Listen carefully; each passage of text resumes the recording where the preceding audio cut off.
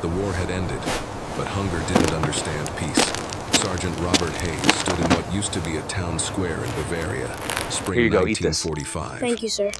Around him stretched a landscape of broken stone and shattered lives. Buildings leaned against each other like wounded soldiers, their windows hollow eyes staring at nothing. The April rain had turned the rubble-strewn streets into rivers of gray mud that swallowed everything hope most of all. Robert was 28, but felt decades older. The 45th Infantry Division Here you had are, pushed take through this bread. France, then Germany, Thank you, we are very seeing things that hungry. would never leave him. Now, 2 weeks after the surrender, his unit had been reassigned to civil affairs, helping the same people they'd fought against. The irony wasn't lost on him. Hayes, we've got another distribution point to set up on Hauptstrasse, called out Lieutenant Morrison, a thin man from Vermont who'd been a schoolteacher before the war. Command wants us to establish regular food drops for the civilian population. Robert nodded, adjusting the rifle strap on his shoulder. He didn't carry it for protection anymore, the fighting was done. He carried it because he didn't know how else to feel dressed. Without it, he was just a man in a uniform, trying to figure out what came next. The distribution point was a half-collapsed church. Its steeple had been sheared off by artillery, leaving a jagged silhouette against the cloudy sky. Inside, Private Danny Chen and Corporal James Sullivan were unloading crates from a deuce-and-a-half truck powdered milk, canned meat, hardtack biscuits. The basics of survival, nothing more. Robert had lost his younger brother Thomas at Anzio. Tommy had been 19, full of plans about college and baseball and a girl named Patricia back in Ohio. He'd died in a foxhole, calling for their mother. Robert had received the telegram 3 months later, somewhere in the Vosges Mountains. He'd read it twice, folded it carefully, and put it in his pocket. Then he'd gone back to his unit and hadn't spoken about it since. That loss sat in his chest like a stone. It made everything complicated now, this work of feeding German children, of treating wounds, of rebuilding what they'd all worked so hard to destroy. Command said it was necessary, that you couldn't build a peace without mercy. Robert understood that, intellectually. Emotionally, he was still in that foxhole with Tommy. "Sarge, we've got civilians approaching," Sullivan said quietly. Robert looked up. Through the broken church door, he could see them coming, gaunt figures in threadbare coats, women with hollow cheeks, old men who moved like ghosts. And children. So many children. They formed a ragged line without being told, keeping their eyes down. Robert recognized that posture. It was the stance of people who'd learned that looking up brought trouble. He'd seen it in France, too, in the villages the Germans had occupied for 4 years. Morrison started the distribution. Working with a German-speaking civilian interpreter, they'd recruited a middle-aged woman named Frau Weber, who'd spent time in America before the war. She explained in German that families would receive rations weekly, that there were rules about quantities, that the Americans were here to help. Robert watched the faces. Some showed gratitude. Others showed nothing at all. They'd learned to hide everything behind blank expressions. A few showed suspicion. Why would the Americans help? What did they want in return? The afternoon wore on. Robert mechanically handed out cans and boxes, made check marks on a list, tried not to think too hard about the small hands that reached out, the mumbled words of thanks in a language he barely understood. Then he saw them. 3 children stood at the edge of the crowd, too far back to be in line, but close enough to watch. 2 were small, maybe 5 and 6 years old. The third was older, perhaps 10, wearing a coat several sizes too large that hung on his thin frame like a tent. He had dark hair that needed cutting and eyes that seemed too old for his face. The boy was holding the smaller children's hands, keeping them back from the crowd. He wasn't looking at the food. He was watching the soldiers, studying them with an intensity that made Robert uncomfortable. "Last group," Morrison announced. "We'll be back same time next week." As people dispersed, Robert saw the 3 children remain. The older boy bent down, speaking to the smaller ones, his siblings, Robert guessed. The little girl was crying silently. The way children cry when they've learned that making noise doesn't help. Robert made a decision he didn't fully understand. He picked up an extra ration pack, one of the ones they kept for emergencies, and walked toward the children. They saw him coming and froze. The boy pushed the younger ones behind him, his thin body forming a barrier. His hands clenched at his sides. Robert stopped 10 feet away and crouched down, making himself smaller, less threatening. He'd learned this in France, how to approach scared children. "Hello," he said quietly, holding out the ration pack. The boy didn't move. His eyes flickered to the food, then back to Robert's face, calculating, afraid, desperate. "It's okay," Robert tried, though he knew the kid probably didn't speak English. "For you." Frau Weber appeared at his elbow. "Shall I translate?" "Sergeant, please." She spoke in rapid German. The boy listened, but didn't relax. Finally, he responded, his voice barely audible. Frau Weber's face tightened. "He says his name is Lukas Fischer. He asks if you want something in return for the food." Robert felt something twist in his chest. "Tell him no. Tell him it's a gift." Another exchange. Lukas studied Robert for a long moment, then slowly stepped forward. He took the ration pack with both hands, clutching it like it might disappear. "He says thank you," Frau Weber translated. Then she paused, listening, as Lukas continued speaking, his words tumbling out faster now. Her expression changed. He says his mother hasn't eaten for days. She gives them everything, but there's nothing left. He asks if..." The boy's voice cracked. He stopped speaking abruptly, looking down at his worn shoes. Robert stood up slowly. The stone in his chest felt heavier. "Where's their father?" Frau Weber asked. Lukas shook his head. "Died in the war," she said quietly. "Many did." Robert looked at the 3 children, at Lukas trying so hard to be brave, at the little ones who just looked hungry and scared. He thought about Tommy. He thought about their mother, back in Ohio, who'd lost one son and would spend the rest of her life wondering why. These children hadn't started the war. They hadn't chosen any of this. "Ask him to take me to his mother," Robert said. Lukas's eyes widened. Frau Weber translated, and a rapid conversation followed. The boy was clearly suspicious, but desperation won out. He nodded. "I'll get Morrison," Robert said, "and a medical kit." As he walked back to the church, he wondered what exactly he was doing. The regulations were clear. Medical treatment for German civilians was provided at designated aid stations, not in their homes. Food distribution was controlled and documented. Going off on his own like this could cause problems, but he kept seeing the little girl's silent tears, kept hearing Lukas say his mother hadn't eaten for days. Sometimes regulations didn't cover what was right. The rain had started again, turning the streets into obstacle courses of mud and debris. Robert followed Lukas through a maze of ruined buildings, stepping over piles of brick and twisted metal. Morrison had agreed to come, bringing the medical kit and another box of rations. Private Chen tagged along as backup. Lukas led them to the edge of town, where the destruction was somehow worse. These buildings had taken direct hits, not strategic targeting, but the random devastation of a front line that had swept through and left nothing intact. The Fisher home was barely standing. It had been a modest 2-story house once, but the upper floor was gone entirely, leaving only the ground level with a partially collapsed roof held up by wooden beams. Someone had tried to patch the walls with whatever was available: boards, pieces of tin, even cardboard that was already dissolving in the rain. Lukas pushed open a door that hung crooked on one hinge. The small boy and girl slipped inside quickly. Robert ducked through the doorway, Morrison and Chen behind him. The interior was dark and cold. A single room served as everything: bedroom, kitchen, living space.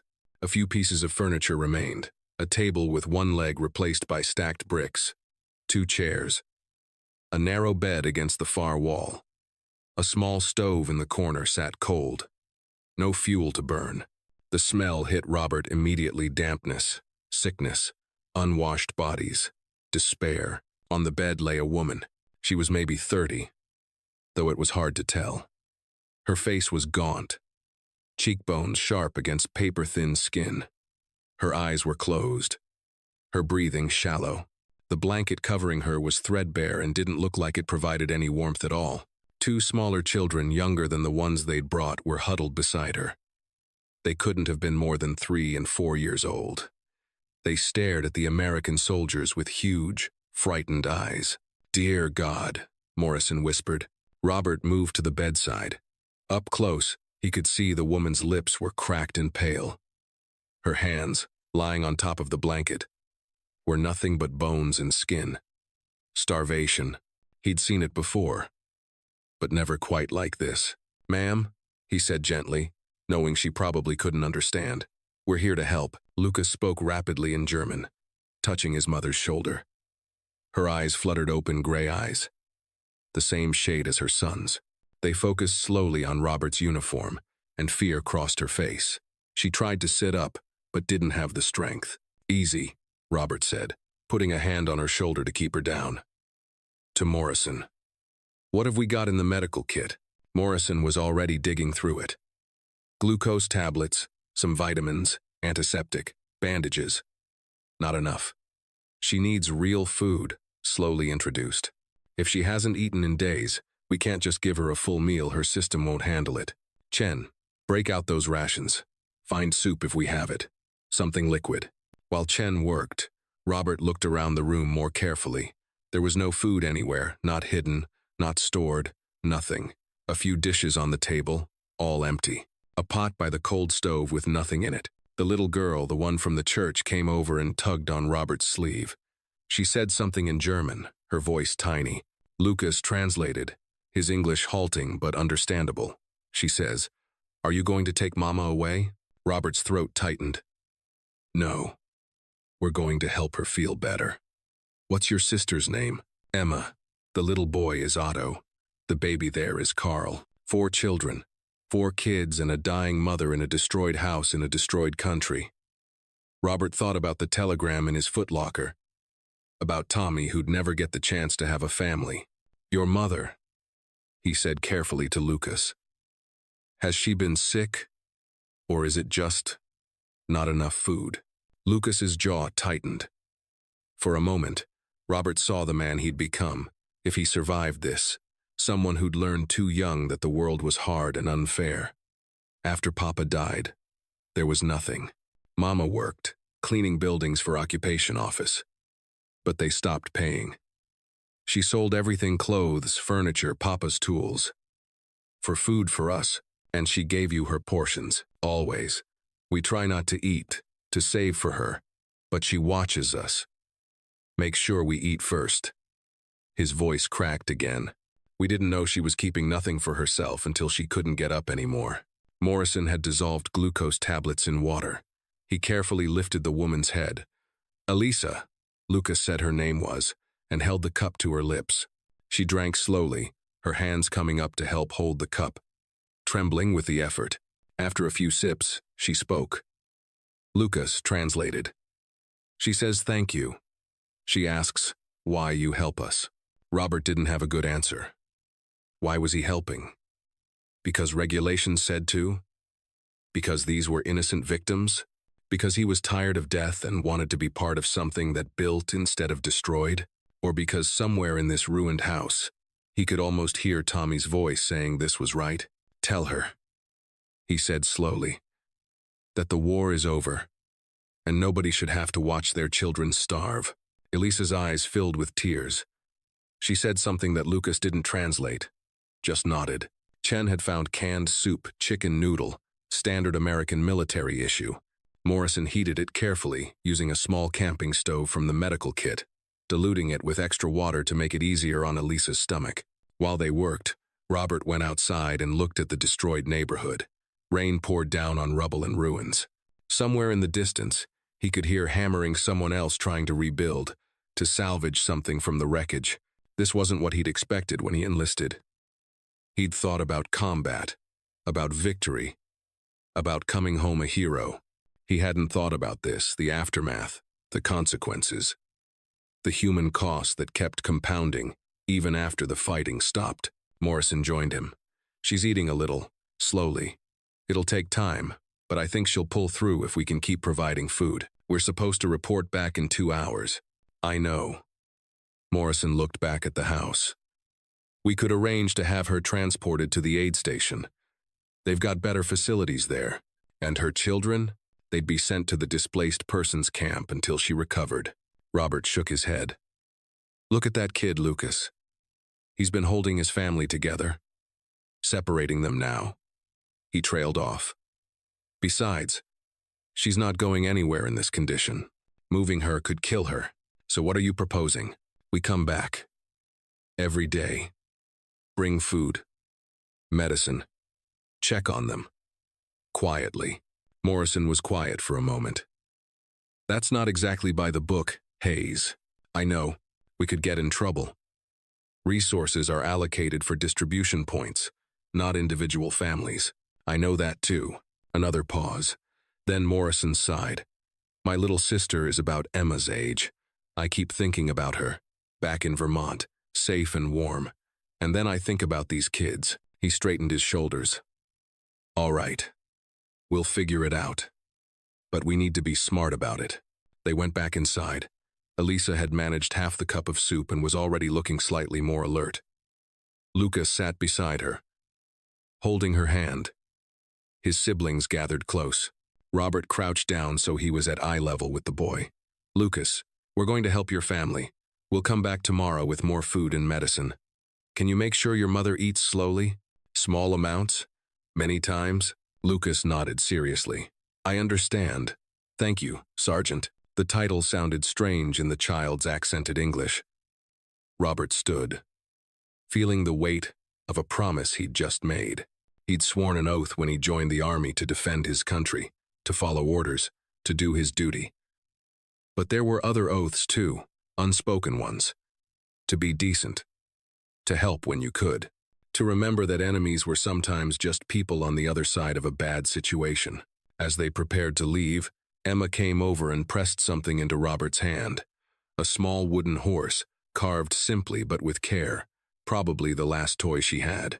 Robert tried to give it back, but she shook her head vigorously, speaking in German. She says it's for you, Lukas translated. To say thank you. Robert closed his fingers around the toy. His vision blurred slightly. Tell her thank you. Tell her I'll keep it safe. Walking back through the rain, none of the three soldiers spoke. They were each thinking about the line they'd just crossed, the one between following orders and following conscience. Neither Morrison nor Chen questioned the decision, and Robert was grateful for that. Sometimes the right thing wasn't the regulated thing. He'd learned that today. The next morning, Robert returned to the Fisher house before the regular distribution duty. He brought real food this time, bread from the mess hall, eggs he'd traded his cigarette ration for, some milk. Morrison came too, with vitamins and a better medical assessment plan. Elisa was sitting up when they arrived, still weak but visibly improved. The simple act of eating had brought color back to her face. She tried to thank them in broken English, then switched to German, speaking through Lukas. She says she doesn't deserve this kindness, the boy translated. That we were the enemy. Robert set down the food supplies. The enemy was the regime that started this war, not families trying to survive. Over the following days, a routine developed. Robert, Morrison, and Chen would handle their regular duties, the distribution points, the administrative work, the reports to command, and then make their unofficial rounds to the Fisher house. They brought food, checked Elisa's health, and slowly began to repair the worst of the damage to the structure. Sullivan found out on the third day. He'd followed them, curious about where they kept disappearing to. Robert had been prepared for an argument, maybe even a report to the captain. Instead, Sullivan looked at the four kids and said simply, "What can I do to help?" By the end of the first week, Elisa could walk short distances. The youngest children had lost that hollow look around their eyes. Lukas started smiling, occasionally tentative, quickly suppressed, but there. Robert taught him English words in the evenings. They'd sit at the patched table while Elisa rested and the little ones played with toys the soldiers had scrounged up. "Apple," Robert said, holding up the fruit. "Apple?" Lukas repeated carefully. "Good. How about this?" He pointed to the roof. "Roof. But is. Broken roof." Robert smiled despite himself. "Yeah. It's a broken roof. We'll fix it." "Why?" Lukas asked suddenly. switching to the question that clearly had been bothering him. Why you help us? We are German. Your brother died fighting German soldiers. Robert froze. How did you? You talk in sleep. I hear. When you fixed the roof yesterday, you say, Tommy, wake up. Robert set down the apple. He hadn't realized he'd been talking. My brother Thomas died in Italy. He was 19. I'm sorry. So am I. Robert looked at the boy. But you didn't kill him, Lukas. And even if you were older, even if you'd been a soldier, the war is over. We have to decide what comes next. Keeping hate alive doesn't bring anyone back. Lukas absorbed this silently. Then, Papa died at Stalingrad. I don't hate Russian soldiers. I just miss Papa. That's the sane way to feel. Mama says hate makes you sick inside. She says Papa would want us to live, not just survive. Smart woman, Robert thought. Out loud, he said, your mother's right. The work of keeping the Fisher family fed and sheltered was complicated by regulations. The food had to come from somewhere, and official channels had strict accounting. Robert and his unofficial team got creative. They volunteered for extra duties to access more supplies. They traded personal items. Chen, who came from a restaurant family in San Francisco, proved remarkably talented at stretching ingredients, making 1 can of beef last 2 meals, turning powdered milk into something the kids would actually drink. Morrison used his medical access to justify more supplies, documenting Elisa's recovery as an ongoing case study in malnutrition treatment. It wasn't entirely dishonest, she was a case study, just a more personal one than Command realized. 2 weeks in, Captain Reynolds called Robert into his office. Hayes, I've been reviewing supply requisitions. Your unit seems to be going through more medical supplies and rations than the distribution numbers would indicate. Any explanation? Robert had prepared for this. Sir, we've been doing follow-up care for severe cases. Some of the civilians are too sick to come to distribution points, so we bring supplies to them. Prevents disease spread and reduces strain on the aid stations. Reynolds studied him. The captain was a career officer, 42, balding, with eyes that didn't miss much. Uh-huh. How many severe cases are we talking about? 6 families, sir. All documented. That was true, Morrison had made sure of it. And you're doing this on your own time? Yes, sir. Reynolds leaned back in his chair. You know, Hayes, when I was in North Africa, we liberated a town that the Germans had occupied. Vichy French, technically, but they'd collaborated. Command told us to be correct but distant. No fraternization, no excessive aid. Orders. Robert waited, unsure where this was going. There was this little girl, Reynolds continued, maybe 7 years old. Her parents had been shot by the Germans for hiding a Jewish family. She was living alone in a burned-out shop. I found her eating garbage. He paused. I ignored orders. Took her to the Catholic orphanage, made sure they had supplies to care for her. Probably broke a dozen regulations. Sir, Reynolds held up a hand. I'm not criticizing, Sergeant. I'm telling you I understand. But here's the thing, you need to be smarter about it. If you're helping these families, expand it. Make it official. We've got authorization for humanitarian assistance. You just need to frame it right. Robert blinked. I'm saying I want a proper proposal on my desk by tomorrow. A systematic program for home visits to families unable to access regular distribution. Medical follow-up. Structural assessment.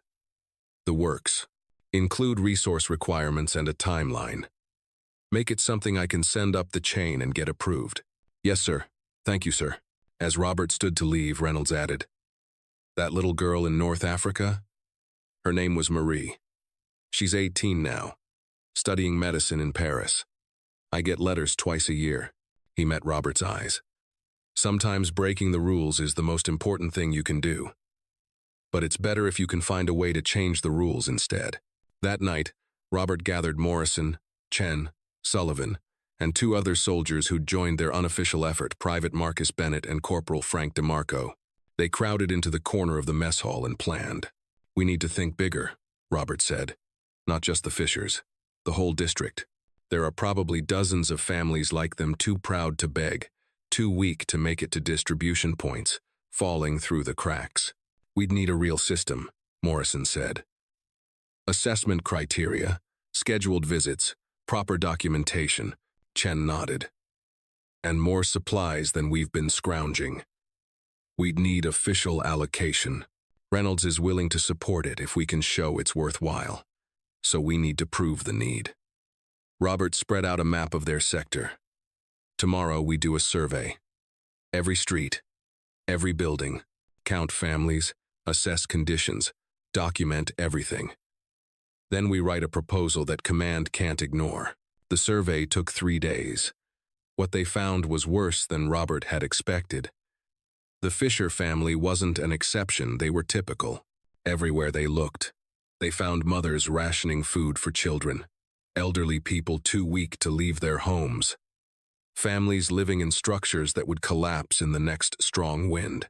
The proposal Robert and Morrison drafted was 12 pages long.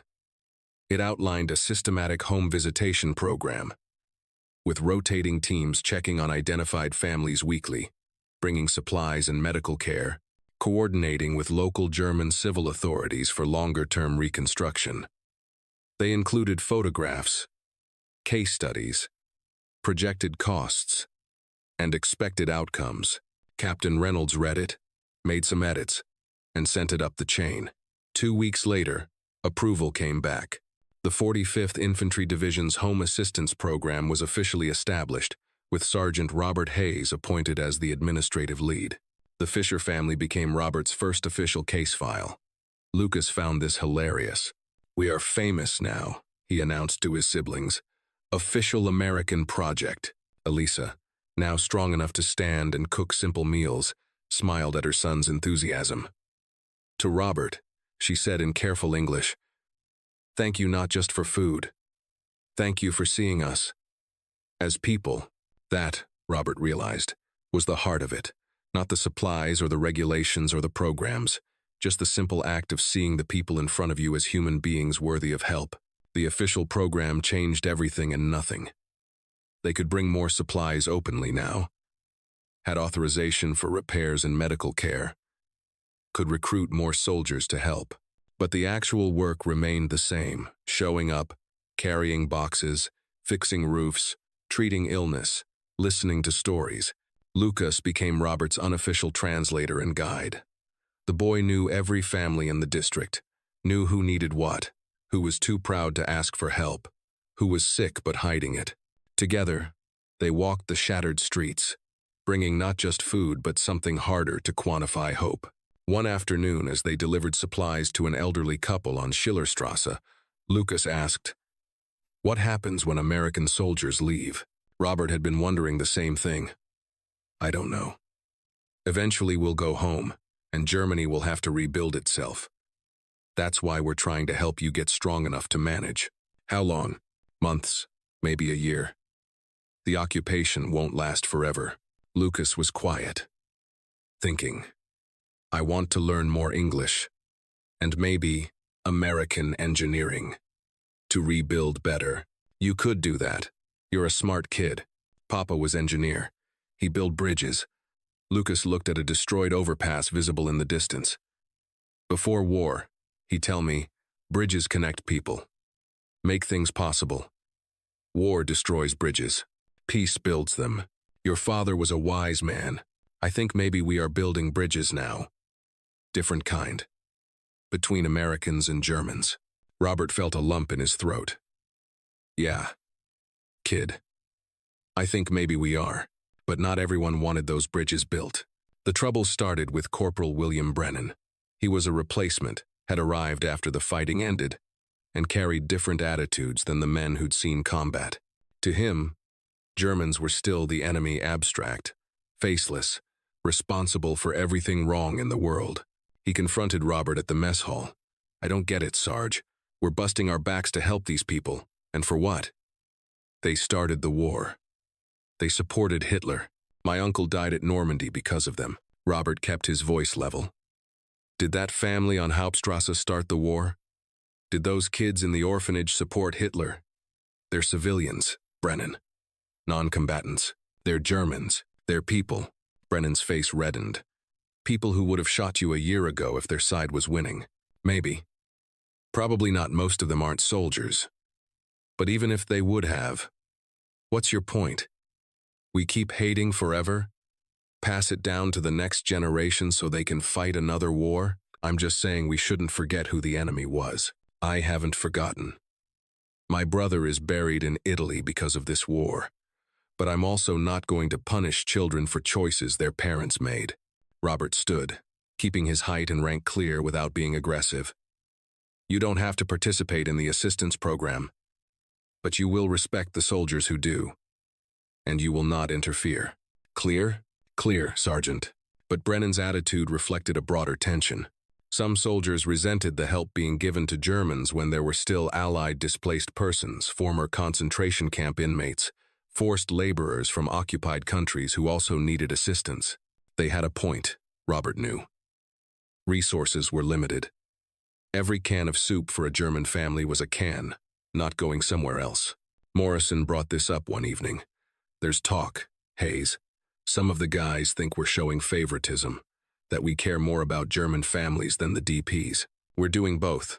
The DP camps are getting supplies too, I know. But perception matters. And honestly, Morrison hesitated. Some of the DPs are pretty bitter about us helping Germans. One of them, Polish guy named Wojciech, he asked me why Americans feed the children of Nazis when Polish kids starved under German occupation. I didn't have a good answer. Robert rubbed his face. Neither do I. Except that kids didn't create that occupation. And if we only help the innocent, who decides who qualifies? Everyone's guilty of something if you look hard enough. That's philosophical. People want practical. Then practically, helping German civilians stabilizes the region, prevents disease, reduces unrest, and makes our job easier. That helped the DPs too. In the long run. You believe that? I have to. Robert looked out at the darkening sky. Otherwise, what are we doing here? The tension came to a head 3 weeks later. A group of displaced persons, former forced laborers, confronted the supply convoy as it was heading to the Fisher house. About 15 people, mostly men, blocked the street. Robert stopped the jeep. Chen, driving, kept the engine running. One man stepped forward, maybe 40, with hollow eyes and a number tattooed on his forearm. He spoke in broken English. You bring food to Germans, to people who did this. He pointed at the tattoo. While we starve, you're not starving, Robert said quietly. Your camp gets full rations from Allied supplies. Same as them? Germans get same as us? Yes. The man spat on the ground. Not justice. Germans should get nothing. Should feel what we felt. Robert climbed out of the jeep slowly. Hands visible. I understand your anger. I do. What happened to you was evil. But the woman we're bringing this food to, she didn't hurt you. Her children didn't hurt you. German children grow up to be German soldiers. I have seen this. Then let's make sure these children grow up different. Let's teach them something besides hate and war. Robert looked at the group. You think I don't get it? You think I don't wonder if I'm helping the family of someone who shot at me? But we have to break the cycle somewhere.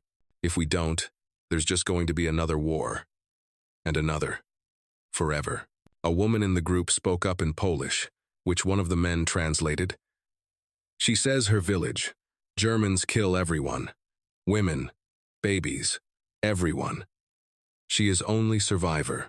Why Germans deserve mercy when they show none? Robert had no answer that would satisfy her. How could he? She'd lived through hell, and here he was asking her to forgive it. That wasn't fair, and he knew it. I can't justify what was done to you, he said finally. Nobody can. The people who did those things should be punished, some are, at the trials.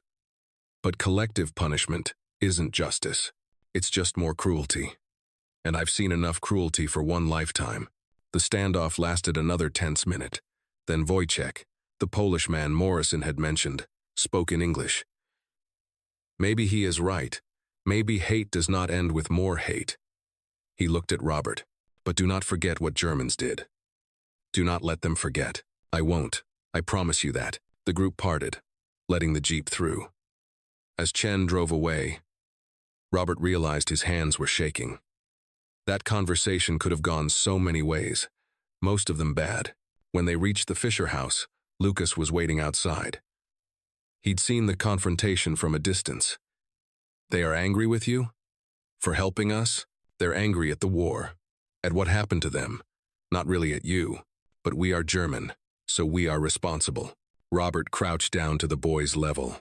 Lukas, listen to me. You are responsible for your choices, not your nationality.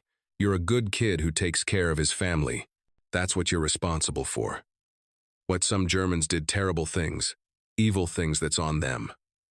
Not on you, but I am German. I will always be German. Yes. And that's okay. Being German isn't the problem.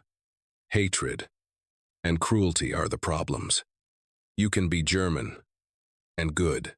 You can be German and kind. You can be German and help build a better world than the one your parents inherited. Robert put a hand on the boy's shoulder. That's what I think your father would want. Lukas thought about this for a long moment.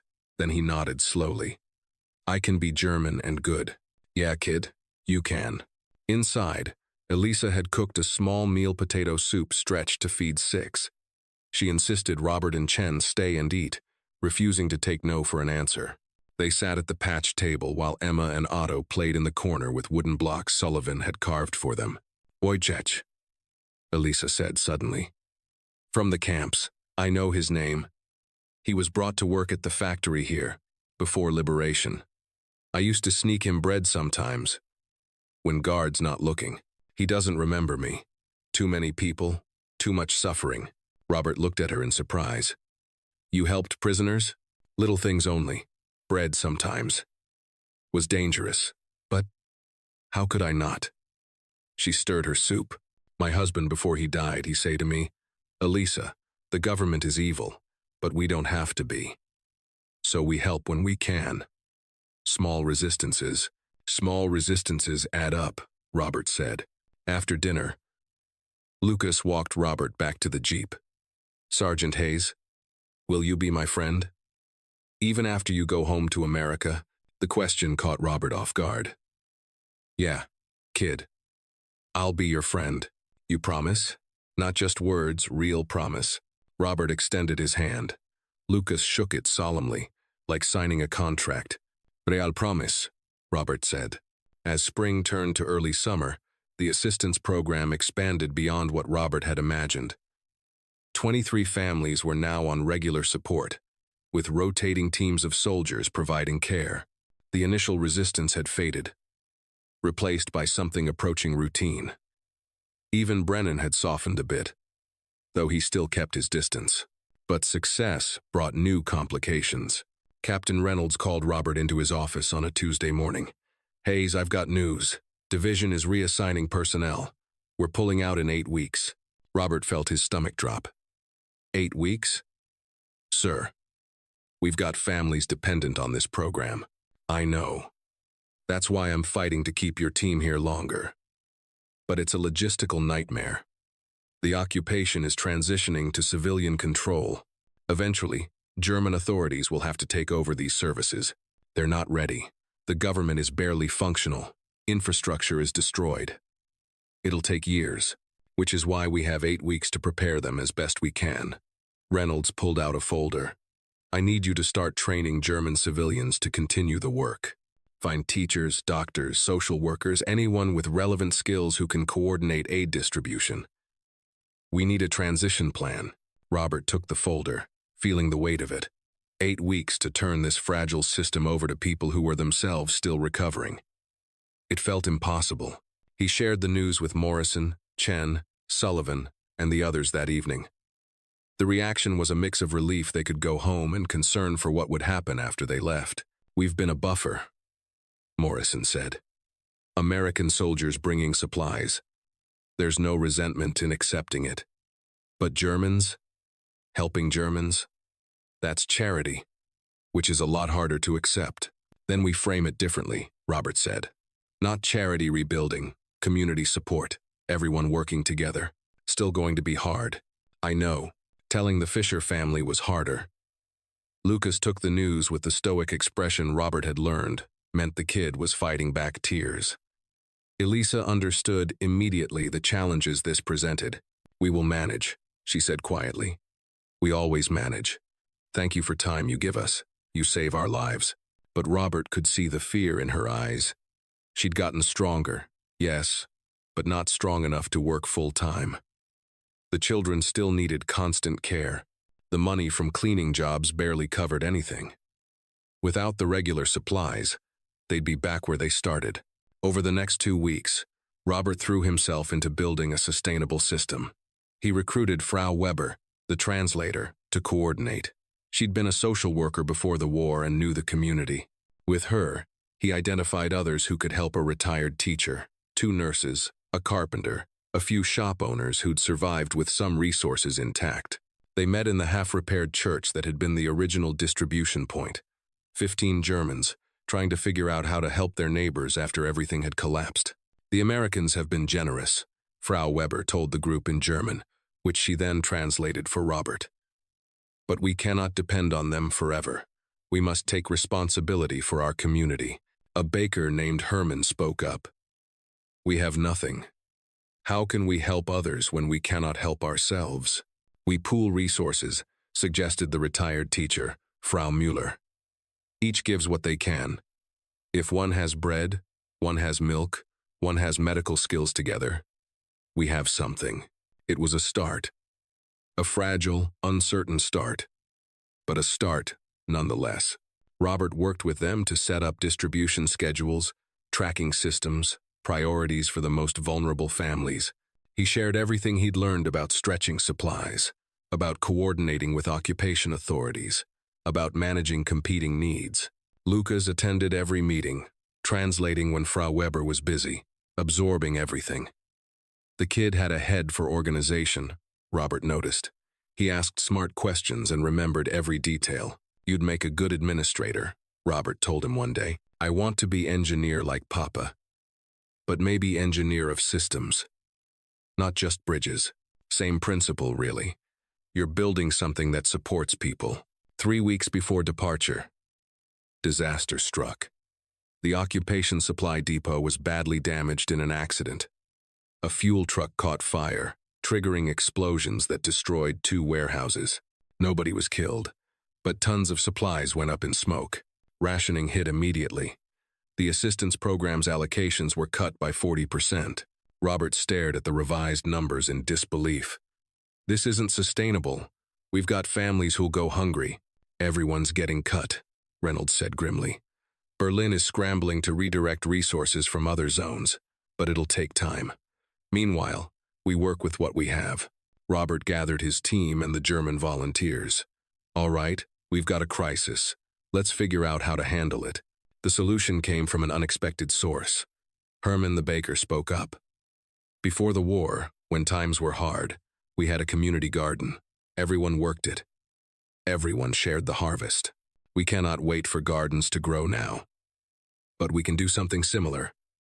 Share skills, not just food." "What do you mean?" Frau Weber asked. "Some families have older children who can work. Some have people with skills sewing, carpentry, teaching. We create, what is the word? Exchange system. Work for food, skills for resources, not payment partnership." Robert felt something click. A cooperative. Everyone contributes what they can. Everyone receives what they need. Exactly. Over the next 2 weeks, they built the framework. Families with older children did repair work on damaged buildings organized by the carpenter, supervised for safety. Women who could sew repaired clothes and blankets, which were then distributed to those who needed them. The retired teacher started classes for children who'd missed years of schooling, paid in food shares. The nurses ran a clinic, treating illnesses with shared medical supplies. The assistance program shifted from simple distribution to facilitation. American supplies supplemented the cooperative, but they weren't the whole foundation anymore. It was messy and imperfect and sometimes frustrating. There were arguments about fairness. about who contributed enough, about priorities. But it was theirs, a German solution to German problems, supported but not controlled by Americans. Lukas thrived in this system. He became a runner, carrying messages between families, helping coordinate work schedules, translating when needed. He was too young for heavy labor, but his intelligence and memory made him invaluable. One evening, Robert found the boy sitting on the steps of the Fisher house, looking exhausted but satisfied. "Long day?" Robert asked, sitting beside him. "Very long. But good. We help 8 families today. Tomorrow, maybe 9. You're doing important work, Lukas." The boy was quiet for a moment. "Then, when you leave, I will miss you. You teach me that enemies can become friends. That is important lesson." Robert's throat tightened. "I'll miss you too, kid. But you'll be okay. You're strong and smart, and your mother is getting stronger. You've got a community now. People who'll help each other. Will you write to me? From America? Yeah. I'll write. And who knows, maybe someday you'll visit America, study engineering at an American university." Lukas's eyes widened. "You think this is possible? I think if you want it badly enough and work hard enough, anything is possible. That's what America is supposed to be, about people building their own future. Germany must be like this too. We must rebuild our future. You will. It'll take time, but you will." The final days passed too quickly. Robert made his rounds, saying goodbye to families he'd gotten to know. Each goodbye felt both too brief and too long, too brief to express everything he felt, too long because the emotions were overwhelming. On the last morning, the Fisher family stood outside their house as Robert and Morrison arrived for the final check-in. The house had a new roof now, courtesy of the cooperative's work program. The walls were patched and whitewashed. It still wasn't much, but it was livable. Elisa had tears streaming down her face. "How do we thank you? For our lives?" Robert shook his head. "You don't need to thank me. Just keep taking care of your kids. Raise them to be good people. That's enough." Emma and Otto clung to his legs. Carl, the baby, reached out with chubby hands. Sullivan had brought small gifts for each child, wooden toys he'd carved during night shifts, polished smooth so they wouldn't splinter. Lukas stood back, trying to be brave. Robert went to him, crouched down one more time. "Remember our promise?" Robert asked. "Friends. Real friends. Even across ocean." "That's right." Robert pulled out a piece of paper with his address in Ohio, written carefully. "You write to me, I'll write back. And Lukas, you're going to do great things. I know it." The boy finally broke, tears spilling over. He hugged Robert fiercely. This thin kid who'd been through too much but was still somehow full of hope. "You save us," Lukas whispered. "Not just from hunger, from losing hope." Robert held him close, thinking about Tommy, about all the reasons he'd joined this war and all the things he'd learned since. "You saved yourselves, kid. You just needed a little help getting started." As the convoy pulled away, Robert looked back. The Fisher family stood together, waving. Behind them, other families emerged from houses: Herman the baker, Frau Müller the teacher, Wojciech the Polish survivor who'd decided to stay and help rebuild, all waving goodbye to the American soldiers who'd become neighbors, then friends. Morrison spoke quietly from the driver's seat. "Think they'll make it?" Robert watched until the figures disappeared from view. "Yeah, I think they will." "You going to write to the kid?" "Every month." Robert touched the pocket where he'd put the wooden horse Emma had given him that first day. "Some promises you keep, no matter what." The jeep turned a corner, and the town disappeared behind them. But Robert knew he'd carry it with him. Carry them with him. For the rest of his life. The Fisher family, and all the others. Proof that even in the aftermath of humanity's worst impulses, you could still find humanity's best. Rebuilding didn't start with governments or treaties or grand plans. It started with a hungry kid asking for help and someone deciding to answer. It started with small resistances against the cruelty of the world. It started with choosing mercy over bitterness, help over revenge, future over past. That was the lesson Robert Hayes took home from Germany. Not the lesson they'd taught him in training, but the one he'd learned from a thin boy named Lukas and his mother who gave everything for her children. War destroyed bridges, Lukas's father had said. Peace built them. Robert had helped build a few bridges, small ones, just strong enough to get people across to the other side, to a future that could be better than the past. That, he decided, was worth every regulation he'd bent and every easy answer he'd refused.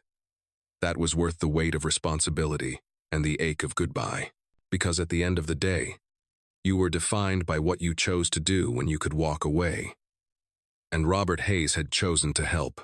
That choice made all the difference.